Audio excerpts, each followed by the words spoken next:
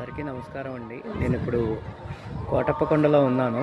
కోటప్పకొండ విశేషాలు మీకు చూపిస్తాను, చూడండి ఒకసారి.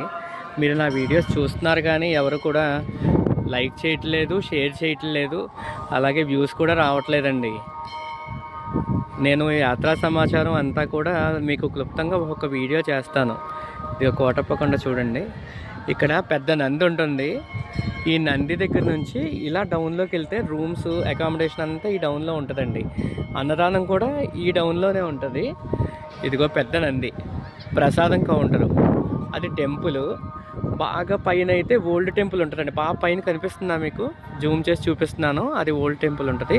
ఫస్ట్ కోటప్పకొండ రాగానే మొట్టమొదటిగా మనం దర్శించుకోవాల్సింది ఆనందవల్లి అమ్మవారండి. ఆనందవల్లి అమ్మవారిని దర్శించుకున్న తర్వాతే మనం ఇక్కడ కోటప్పకొండ త్రికోటేశ్వర స్వామి వారి దర్శనానికి వెళ్ళాలన్నమాట.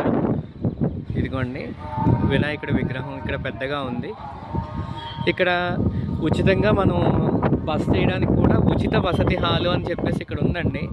ఇది ఇక్కడ ఉచితంగానే వసతి చేయొచ్చు. వాష్రూమ్స్ అన్నీ అక్కడ స్త్రీలకు ప్రత్యేకంగాను, పురుషులకు ప్రత్యేకంగాను ఇక్కడ ఉన్నాయండి. ఇక్కడ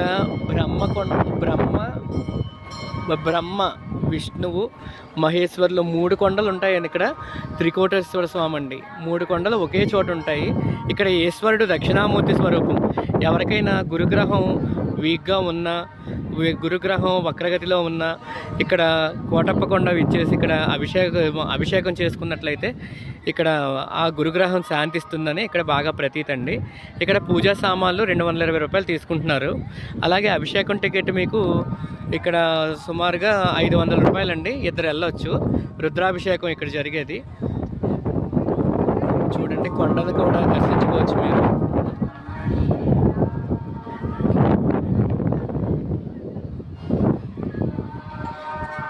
తర్వాత మిగిలిన సమాచారం ఉంటే మరో వీడియోలో తెలియజేస్తానండి. నా వీడియోని లైక్ చేసి షేర్ చేయండి. అందరికీ ధన్యవాదాలండి.